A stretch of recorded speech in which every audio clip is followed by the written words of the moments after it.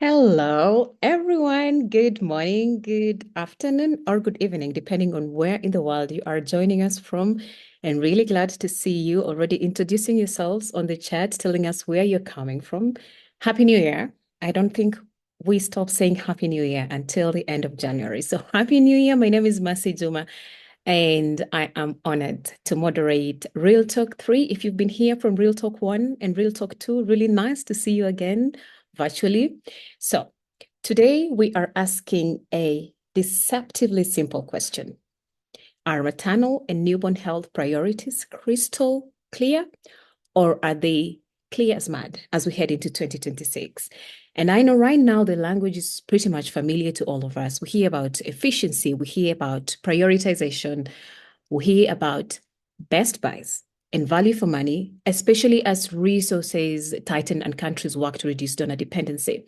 So, on the surface, probably for you, for me, for those of us who work inside the health system, this sounds like clarity, but no, it doesn't feel that way. So, budgets are constrained and priorities don't exist in isolation. That's what we figured out.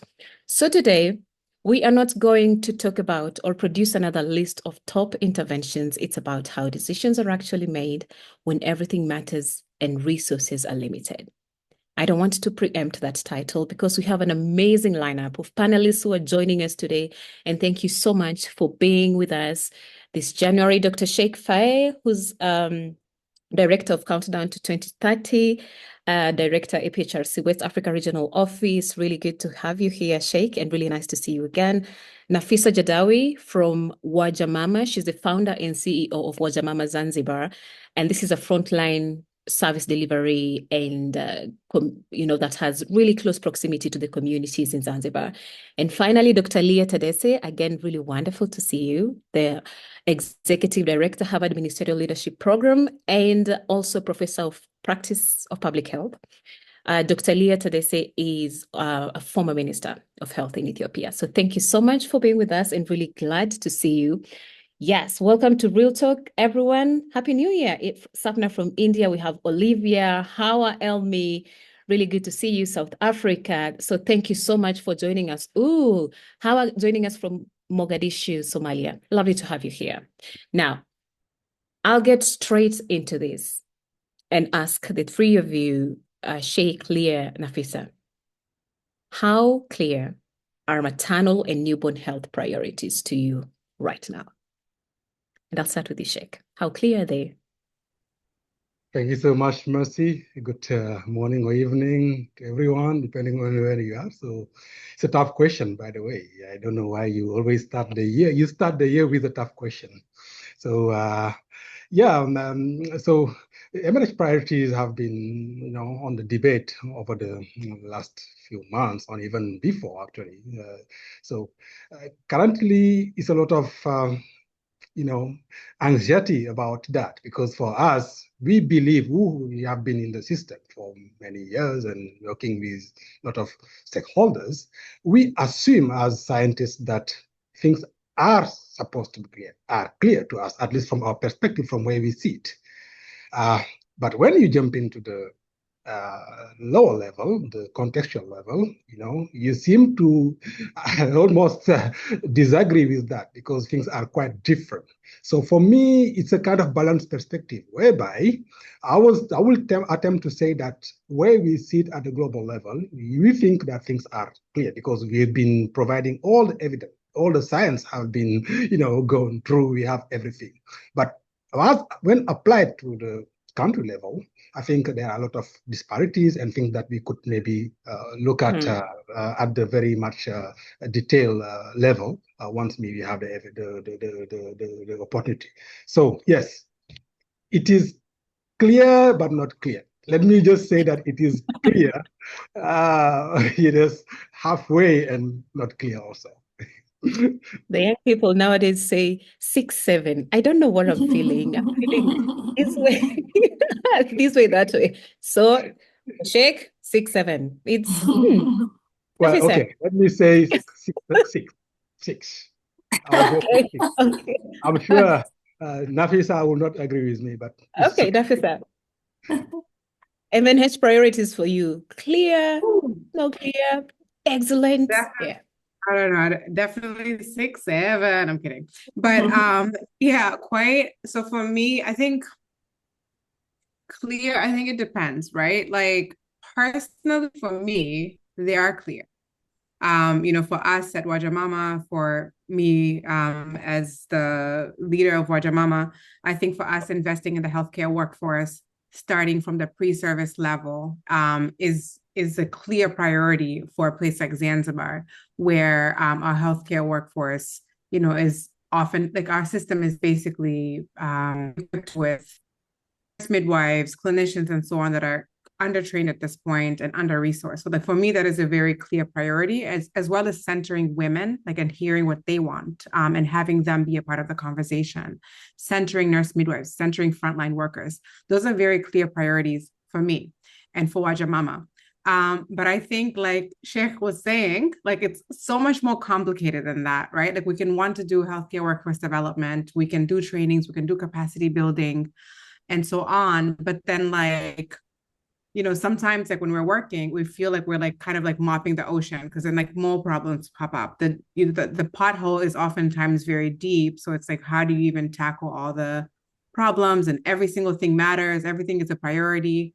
Um, so yeah, personally clear, but in theory, yes, but in reality, very complex, and Mm. definitely more like clear as mud.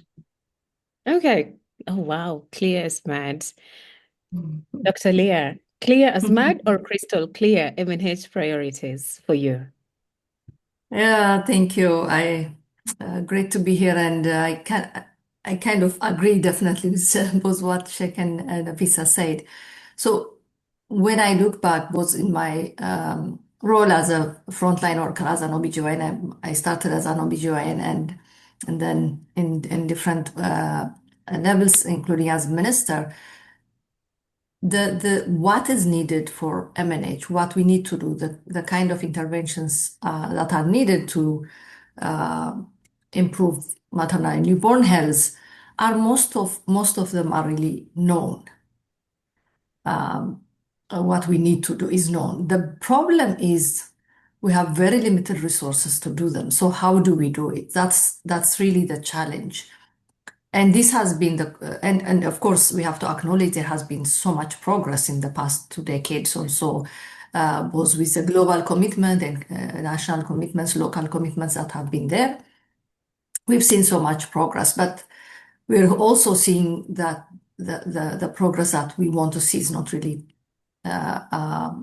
it's stalling, and some of the low-hanging fruits have already been achieved. So Mm. now it needs more work. And now we are in a situation where there is more constraints because countries are facing so many priorities. The global landscape has changed.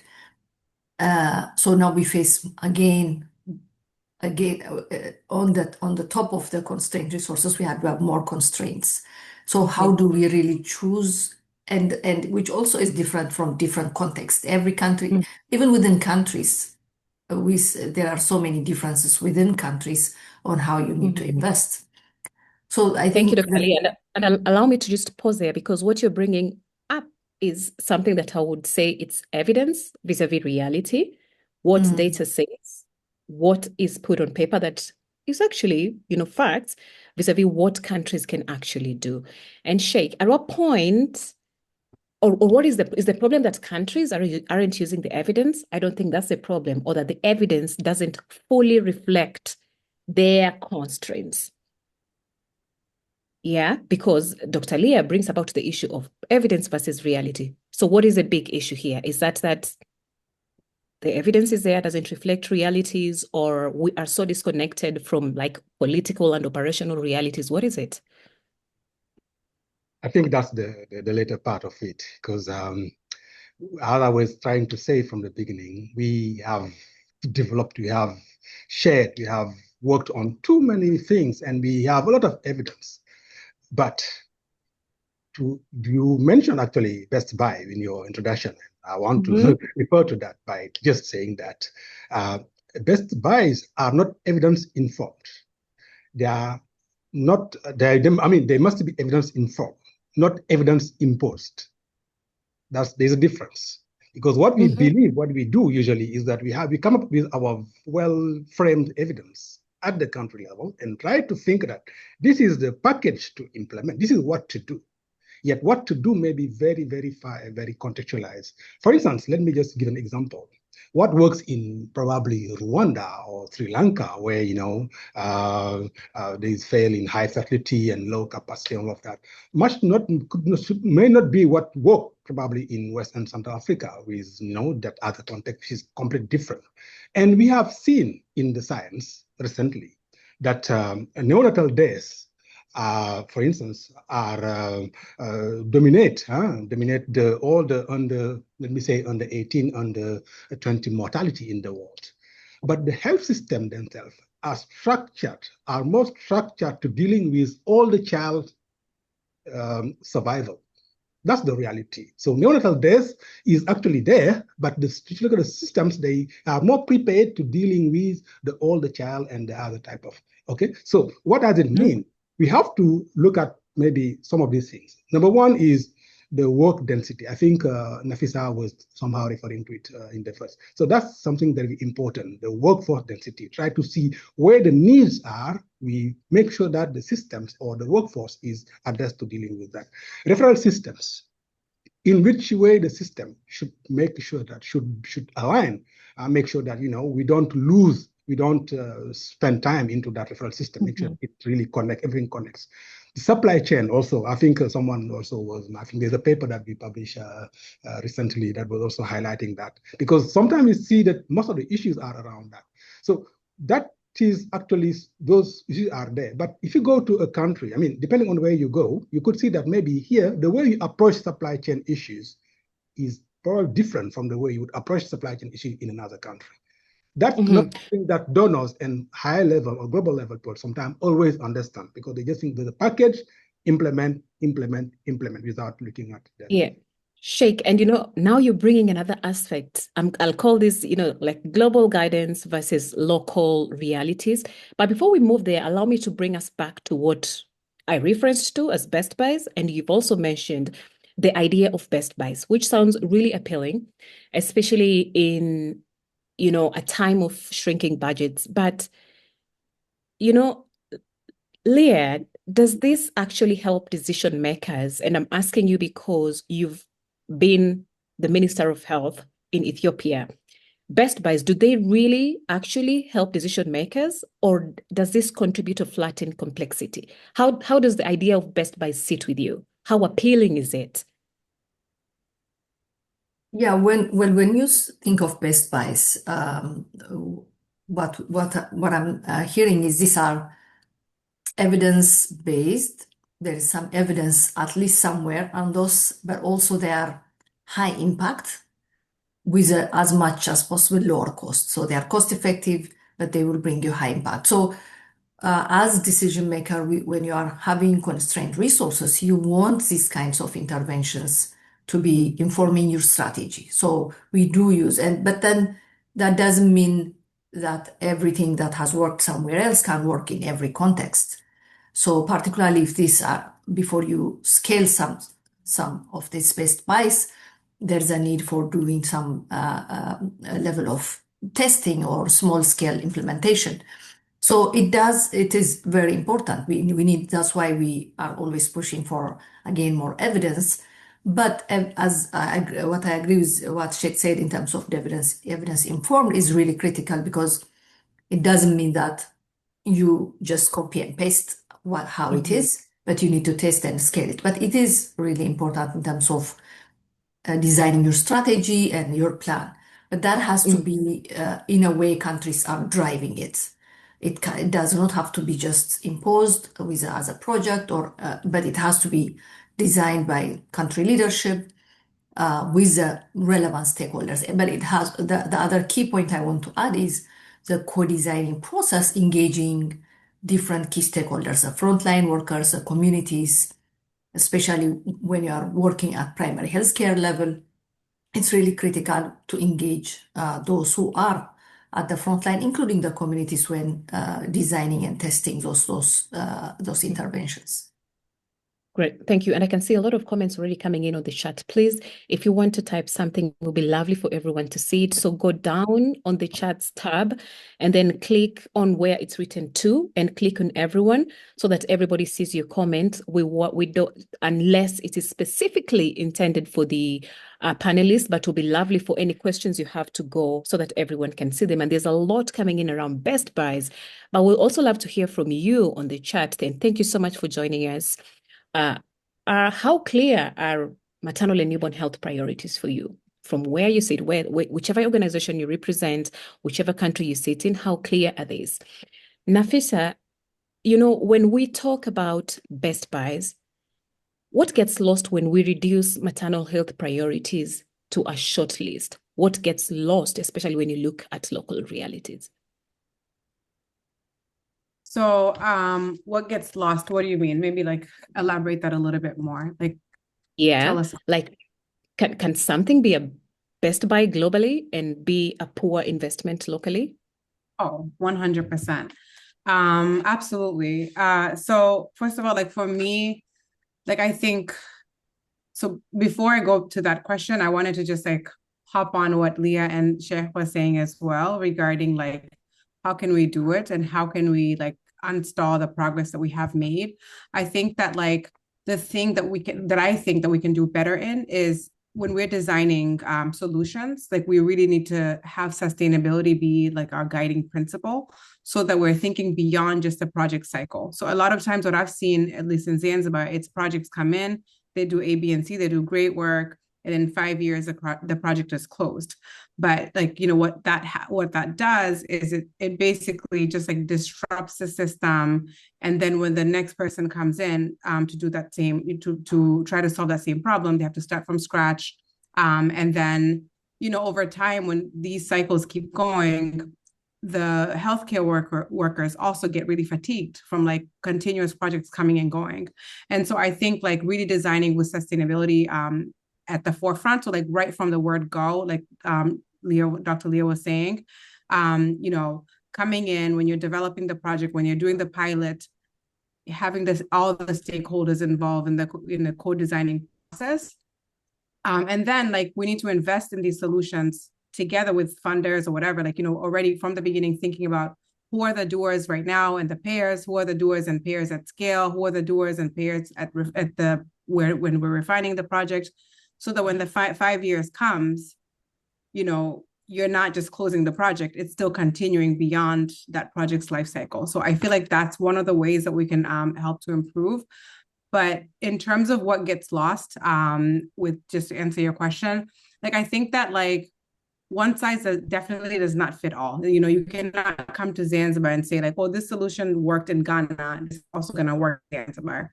Even if you come to Tanzania and try to implement a solution that works in the mainland, it may not work in Zanzibar. So I really believe in like, when people are designing projects, coming into the local context, spending a lot of time here. And like by spending time, I don't mean with the ministry, people at the Ministry of Health. I mean like on the ground with nurse midwives, with the people that spend a lot of, with CHWs, with the people that are at the front line, spending time with the women themselves, and then getting to know what the issues are, and then like designing with that principle in mind. Like one thing that I heard somebody say recently is nothing for us without us. I really believe in that. And I wish that like more people took that, that statement more seriously when designing these solutions and so on. Yeah, I actually wanted to maybe add one thing on that because Nafisa, I think, pointed to a very good question. And actually, the point about what get lost in between, I think is important to know. Okay, sometimes we talk about best buy. They are not that all bad, actually, by the way, because sometimes it's good to see the goodness of best buy because they help for advocacy, for national dialogue, sometimes for even donor alignment. But what gets lost mainly is the issues around understanding the health system contrasts, because we don't look at the detail of those health systems generally, particularly at the country level. Human resource shortage, for instance. Because when you have your best buy very well written in a paper, by the way, I was just saying to someone that the best intervention is in paper is useless when it cannot be delivered. So you have a very good paper. Now it will be useless when it will never be delivered by any system. But then I was referring to what is getting lost. Health system, I've said constraint, human resources, but also not understanding subnational inequalities. Because she was just correctly saying that what worked in Zanzibar might not be what worked in Dar es Salaam. And you go to many other countries, go to Kenya, you could have the same. So those subnational equality are important to understand. And sometimes we assume that countries are kind of harmonized. And I'll just like, okay, just devise this strategy as if it should work everywhere in a country like Nigeria, when you could see that all the states have their whole story, their own disparities. And then also the issue of I mean, it's something quite emerging now, which is the fiscal realities, because sometimes I don't know how much of that also we try to account for when we design this program, and we try to make sure that, we want to become efficient. Because sometimes we just have a lot of assumption that, okay, in a normal world, this is the way it should work, taxes, whatever, are money is throwing like is flowing like this. But then you go to the country, you see, okay, it's completely different. What a lot of things are being lost into, a lot of impairs that we know have documented already. So yes, for me, a lot of things get lost in between, and it's important that we understand that, and we open the door for countries to, get there and devise it the way it should work to them. Let me add a bit, if I may, Mercy. I think the connection was dropping. Yeah. Now that we're talking about, yeah. Sorry, your connection was okay. I think you're back now. Let me just add a few things. I was also seeing some comments in the chat box which are mentioning about the health system strengthening component, and I think one of the key things now in terms of moving forward in the MNH priorities, and which could speak to what could be lost in between, is the need to really integrate the health system approach and the MNH priorities on interventions that sometimes tend to become like vertical approach. And particularly, I want to highlight on two issues, the health financing and the supply chain piece. I want to just share an example. In Ethiopia, the maternal and newborn health services there's a commitment by government to make them exempted. This has been there for many years, which means they're delivered for free as free. They're not even in the community health insurance program. But over the years, we've been struggling to really provide it actually for free, because women end up either paying for it, so it becomes a barrier, or the facilities are trying to may not give a complete service because of lack of resources. So drilling down to trying to solve it, what we saw was the major bottleneck. Actually, we have the package of services and so on, but the major bottleneck are the commodities needed to deliver, because government has already invested a lot on training health workforce and deploying them. Infrastructure, for the most part, there has been huge investment. So these things are already in place. But the continuous availability of those commodities and supplies, be it for newer interventions, innovative ones that are coming, or the regular basic ones that we need, has been a big challenge. So the resources, the financing that's needed, the gap was really on those commodities, and there was a need to design of some new innovations of how to bridge that gap through both development financing, and government and domestic resources. So designing, I mean, now the gap is more, as we have already talked about. So there's more need in terms of having a holistic national system of health financing that can deliver on those. And this is not limited to MNH, it's a bigger health system issue.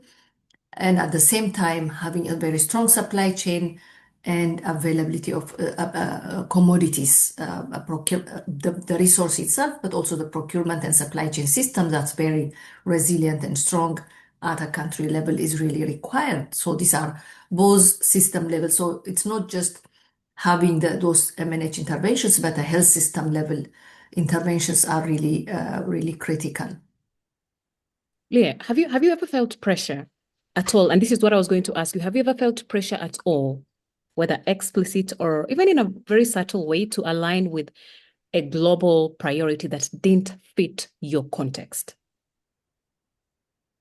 Well, that happens all the time, but I think one of the things that I would love again to share is um, the Minister of Health or Ethiopia's approach in terms of alignment towards country priorities has been very strong, and that is something during my role as minister as well. We've had been pushing more towards donor and other stakeholder and government aligning around the country's priorities and the countries being on the driver's seat. And it's not easy. There is always a pressure, and particularly on uh, investing on specific projects versus investing on the national plan. So the one plan, one budget, one report approach that we try to drive, we try to harmonize, and as much as possible asking donors to fund government through for the implementation whenever possible. So we had what we call the pool fund. We have what's at the ministry pool fund, where different donors actually bring in money, but then when they cannot do that, but still need to intervene separately, either through and local or international NGOs, we also sit again to see how can we harmonize a plan so that we are not duplicating efforts or missing priorities. But it's not always perfect, but that's what we've been trying to push. But the pressure is there. But we've had good successes in terms of really having a strong alignment and harmonization around country priorities. Absolutely. And then just to add to that, because the pressure that you refer to is there, and that pressure is more and more prominent now because of the context. But who makes the pressure?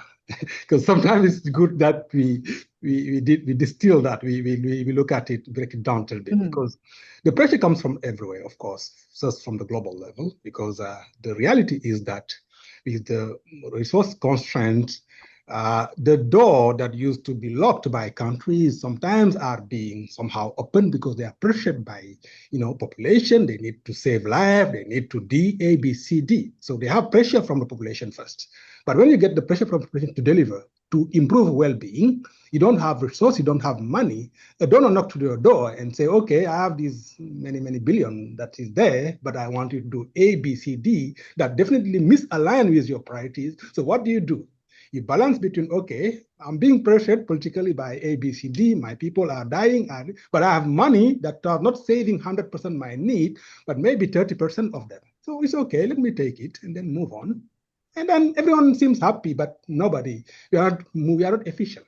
That's what is happening. So the pressure comes from all, but it's our capacity has not only political leadership, but also scientists and everyone in this area to balance those priorities, trying to just be at the right say where you meet the people need, you actually save life, which is the critical thing, but without too much, diverting yourself into mispriorities or things that really don't align with what could be impactful at your country.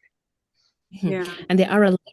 Yeah, Nafisa, I know you want to come in, but just hold on. There are a lot of comments coming in around Best Buys and what works. Hawa is in Mogadishu, if I'm not wrong. I think I saw that up there. Says in fragile settings, a Best Buy only works if it's delivered as a package that the system can actually implement.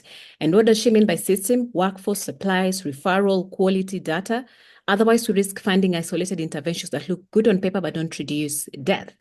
And that thing on system also has been mentioned again, where there is a comment around Oh, it's actually Hawa again who says that when emergencies happen, our best buy is a system that doesn't fail. But there is a question here from Peter Otieno, who says, and any one of you can take this. What MNH priorities would you stop funding or deprioritize in 2026 to make room for the most critical ones? I don't know what the most critical ones are for you, Nafisa. I don't know what the most critical ones are for you, Leah and Sheikh. But is there something you would stop funding or deprioritize and give it more prominence over the other? Very, very briefly. Could we have an alternative answer? For example, I really believe because everything is a priority, honestly. Like women's health, maternal health, newborn health, it needs to be approached holistically. But I do believe that like no one organization, whether you're the government, whether you're whoever you are, you cannot solve all the problems, right? I really believe in alliances and in building coalitions and partnerships. So it's like, so I think what needs to happen, so maybe like rather than like what would you completely defund or like not really fund this year, it's more like what can organizations do to focus their resources and time into what they're experts in and do that really, really well, and then partner with another organization that then has another solution that is needed to improve maternal and child health outcomes, and then bring in another organization and another one as well. So I feel like it's all like, like everything is a priority, everything is urgent. But I do think that we need to build more partnerships and leverage each other's resources and expertise and not try to do everything ourselves as organizations. Yeah, Leah, no, it's true. Peter also had another tough question, but frankly, the answer to that, again, it will depend on where you are. Because frankly, if I'm in Somalia, you're asking me to probably focus on, things that actually even are very far from the health system I'm dealing with. And I agree with Awa on what all she said. I mean, I have to see what is saving my life first, specifically on where I am.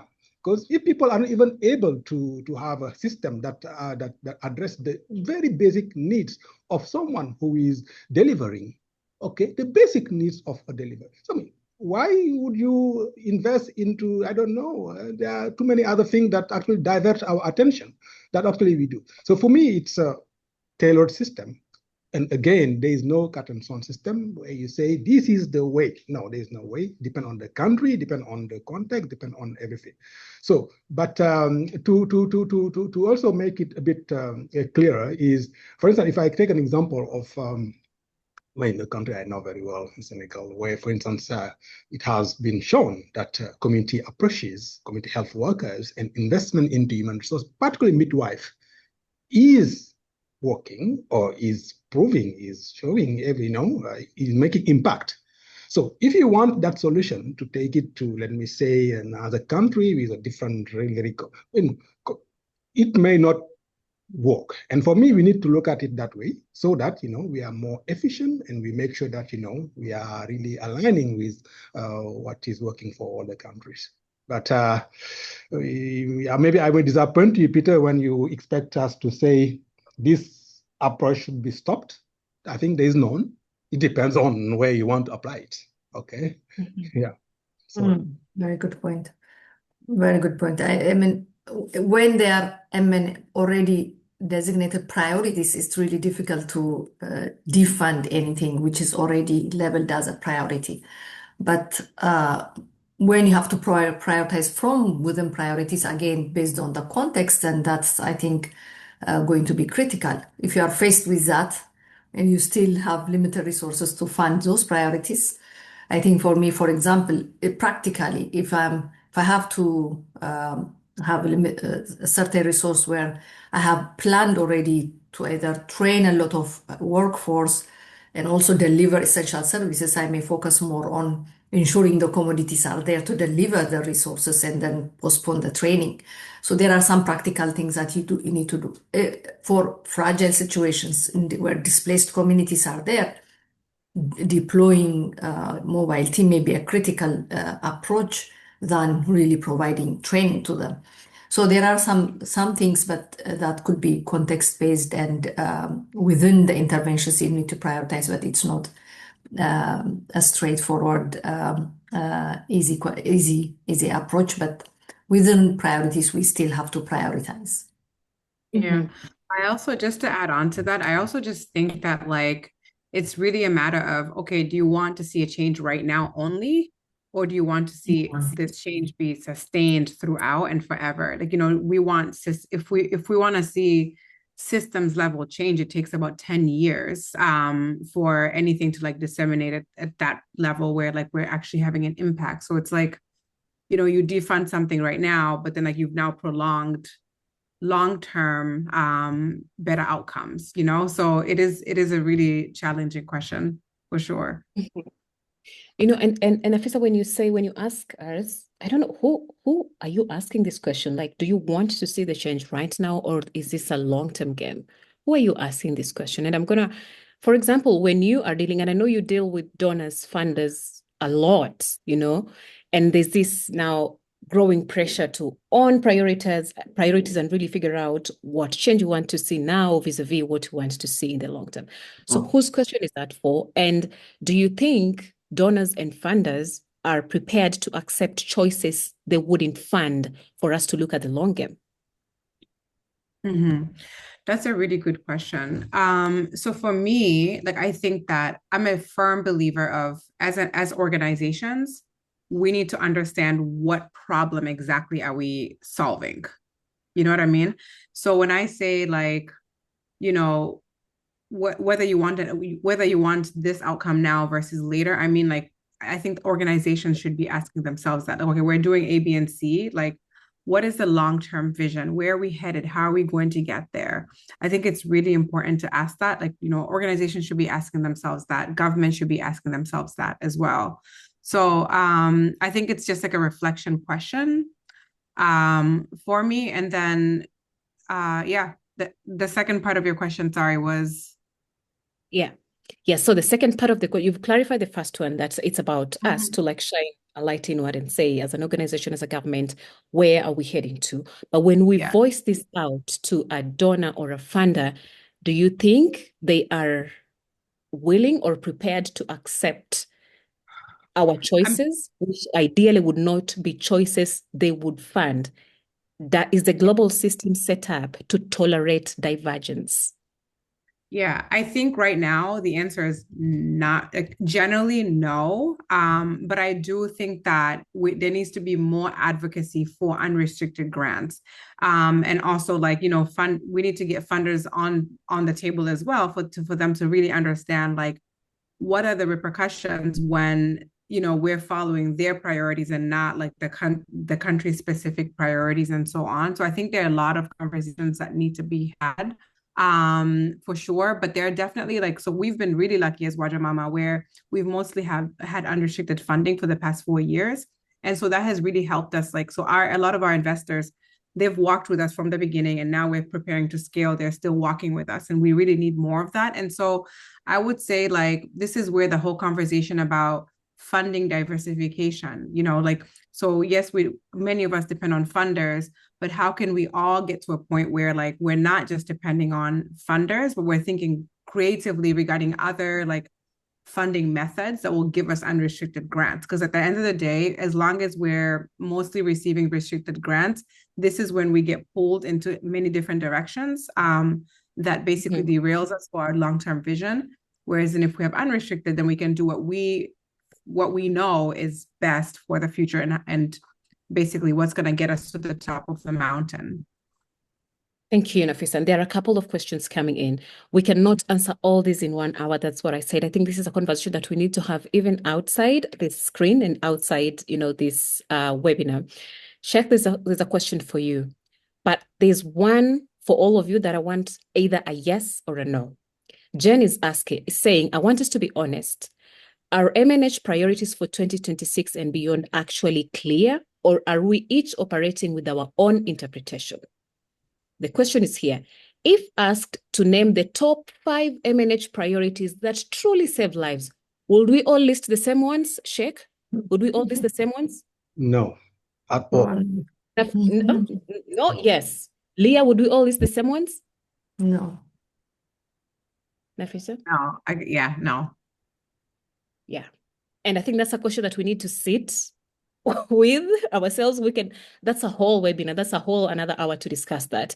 But that's a very, very, very reflective question, Jen. So thank you for asking that. Please keep the questions coming. Sheikh, in your experience, and especially African governments, are African governments systematically leveraging their national experts, including scientists, are local researchers organized like technical advisory groups on health topics, or is progress largely externally driven? Very, very briefly again for that answer. Thanks, Martin, for that very good question. And I mean, probably you've been following me, and this is sort of some of my passionate debate, because if you look at 20 years or around there ago, I mean, in the past, things have changed a little bit, because it used to be like government or our government rely more on what is said by others than what is said from the internal perspective. And until it is said by, high-level expert or quoted expert from wherever who said it, what you say as a local scientist is not true or has to be confirmed. But now, in the last, let me say, 10 years, there are a lot of changes, a lot of changes in Africa, whereby governance has changed. The younger generation are more educated, more prepared, and even people are asking very good questions that have to be answered very well. In that perspective, there is definitely more more collaboration, more involvement of our local scientists. And from where we sit at APHRC, we've been fighting for that for many years. And now we see more and more our voices being heard, our perspective being taken into account into policy and program. But still, there are gaps, because sometimes it's more of whenever you have some good scientists in Africa, when they are good and really being the one who are speaking, they have to be on the other side for them to have their voice better. Because sometimes people are just moving to other places. You are a university person, you have a very good professor, you are close to government, you are helping with them. But then until you move to, I hope people are not hearing me when I call you move to, let me say, WHO or wherever it is, that's when now people are getting to go, okay, this is a high level expert now, how he speaks. That person has been speaking, telling the same over the years, but you don't hear it. So for me, now it's a bit better. But I think it's also our voice or our role as scientists to fight for that, to not just sit there and say, okay, we are the one, but nobody hears us, so we just give up. And no, it's our role to accompany our government, to work with them, to try to distill the evidence in a language that is understandable by them, in something that is really simple for them to understand. And forget about models. Please, let's stop models. There's no model that can say, okay, this is the high-level model that will work everywhere. No, there's no model. Let us forget about the models. And then the other thing I wanted also to say, because someone was asking about these things to do, the priorities. For me, it's all over the place. And someone was referring to the health financing issue.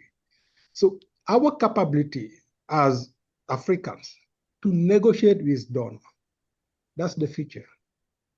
Because there's nothing like, okay, just accept everything that comes from a donor because is a donor. We have to be able to negotiate, to convince them that this money, this will be more efficient if invested for us in this way. In that, sometimes it's about negotiating that and can't find that balance. If you fail on that, of course, this is going to continue and maybe no impact. So the last thing I want to say also on that is that if you look at the health systems in general, there are several pieces. Some are maybe better than others. But how many of us talk about governance, health system governance? Sometimes we leave it, I don't know, we leave it to some people who are the one deciding. Sometimes you bring in everything on the table, but then when decisions are being taken, you are not even there. They just one person who sits somewhere, take a decision that impacts everyone's life, despite all the science that you brought in, despite all the knowledge, all the cross-country learning. So I think we need to interrogate what is the best mechanism to make sure that health system governance is also addressed in a way that really is impactful for the countries and not, left to his, some people alone. Thanks, Sheikh. And I know probably Leah and Nafisa want to come in on this, but just hold your point, because you talk about evidence and the role of scientists. But I want to take you back. Now, before today's conversation, Mud MNH ran a poll asking a very simple question about when it comes to prioritizing health interventions, what really drives the decision? And there were 3 multiple choices. You could pick only one: evidence, budgets, or politics. Now, 20% said evidence. 20% of those who voted, that is only 1 in 5 respondents who think that evidence drives prioritization. And then the remaining 80% was shared between budgets and politics, 40-40, meaning that 4 in 5 people think that budgets and politics do drive prioritization when it comes to health interventions. How does this make you feel, Sheikh? And no, pause there. Stop shaking your head. How does that make you feel? But pause there, don't answer that. Leah, because you've been a politician, the health minister is a politician, you are ranked at 40%, 4 out of 5. Yeah, I think I definitely it resonates well, because even when you have evidence, if there is no political commitment, there is no intervention. Yes, when it's evidence informed, then it becomes a very strong approach, but without the political commitment, things are not implemented. And at least they are not implemented in a way that can be sustained. So that is critical in terms of, it also takes us to what Sheikh just mentioned about governance, which is really the foundation, a key health system pillar in terms of ensuring that the priorities are funded and owned, and then you're driving in terms of sustainable, in a way that's sustainable, which also takes us to the comment earlier about balancing the urgent with the long-term strategy, which really requires political commitment.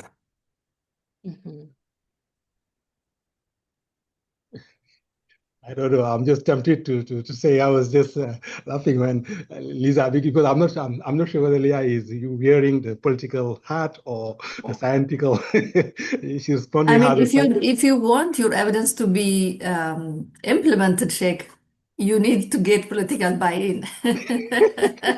No, that's I'm not true. saying the evidence is not needed. It should be evidence-based, and that's why we need to advocate for using evidence for the priorities when they are designed, when policies are designed.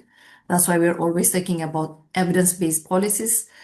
However, we've seen, as an example, that the very strong National Health Extension Community Health Workers Program, which we call National Health Extension Program for Ethiopia, became very successful and still running strong because of commitment nationally at the highest political level, not just at the Ministry of Health, but at the level of government, to ensure funding it, to ensure that the community health workers are fully salaried and in the payroll, not volunteers. And all this was because the work done by the community health workers at the lowest level was bringing clear evidence of reducing maternal mortality, reducing child mortality, and that was really was made possible because of that commitment. So let's use evidence to get buy-in is what I'm saying. No, yeah, I'm wearing both hats for sure. No, but ideally, of course, we all dream for evidence driving really everything that we do. But we know that in reality, that's not what's happening. There are a lot of, players and, but I think what we are aiming for is to have a world whereby decision makers, and mainly the political leadership, are also knowledgeable on a bit of not science, but a little of at least the pathway from decision to impact. At least to understand that, okay, in fact, this decision will definitely lead to this and probably have evidence that is this going to happen. Let me take an example of, we all know the almost global level politics or political orientation of free C-section in many countries. You've seen that policy everywhere. People are, C-section is free, and everyone went there. But how much did we evaluate? Did we look at exactly the impact? Who is benefiting from that? And you realize that, in fact, this is benefiting more of the richer people and others than even the poor people. Up to now, we are below 3% of C-section among the poorest. And that is still very, and despite all these policies, policies and all of that of free. So that's where I think that balance should be there, whereby politicians, before going there, should step by and try to understand, what is the pathway and what is really making impact. So to me, these are good. But again, governance, I totally agree with you. That has to be at the core of everything. If we don't look at it properly, of course, everything else will not be aligned. Yeah. So just to add on to those fantastic things that Sheikh and Leah mentioned. So for me, I think that is a part of the problem. You know what I mean? In terms of, we're not following evidence necessarily, but we're focusing on the other. Those percentages represent what is a part of the problem and why we're stalling. Because if we followed evidence, then we would actually save a lot more lives, versus, like Sheikh was mentioning, yes, we need political support to make change and so on, but we need our politicians to understand why this evidence-based practices are important. So for that, because of that, I feel like for me, in the perfect world, there would be bi-directional partnerships with frontline workers and government representatives, as well as bi-directional partnerships between women and frontline workers, bi-directional partnerships with funders. There just needs to be a lot more conversation. There needs to be a lot more advocacy. Basically, more sessions like this that raise awareness about why it's problematic when we're not following. We know that evidence is there. So why don't we do those things that actually save lives, that evidence has shown that it saves lives, and we're doing these other things that are not a waste of resources, but that are not the best buy because they're not evidence-based solutions. I feel like Sheikh wants to reach out through the screen and literally shake your hand. No. Yeah, it's really interesting, and I wanted to point out very briefly, Sheikh, because there's a question that I need her to answer. No. Okay, maybe I can take your question and answer with what I want to say. Okay, wait, Leah. Please share very briefly how best to appeal to the political heads to get this political commitment, because there's a realization that political commitment is an issue. How best to appeal to the political heads in 2 sentences? Well, it requires really engaging them in the process from the beginning, but also showing how, if we intervene in those what we are proposing, the results that it will bring, the collective, which I'm trying to say, what I'm trying to say is how what we are proposing is really contributing to the collective goals that we have. So not just, for example, as a ministry going, I need this for the ministry, but for what we are envisioning for the country, this is how it's going to impact. So making it a collective goal, making them part of that process, but it requires a lot of advocacy, relationship building. So it's not just something that you do once, tell them this will bring this, so you have to fund this, but it requires a lot of engagement. So the very strong stakeholder engagement needs navigating the politics and making it really a collective goal. Mm-hmm. There's so many questions showing the evidence.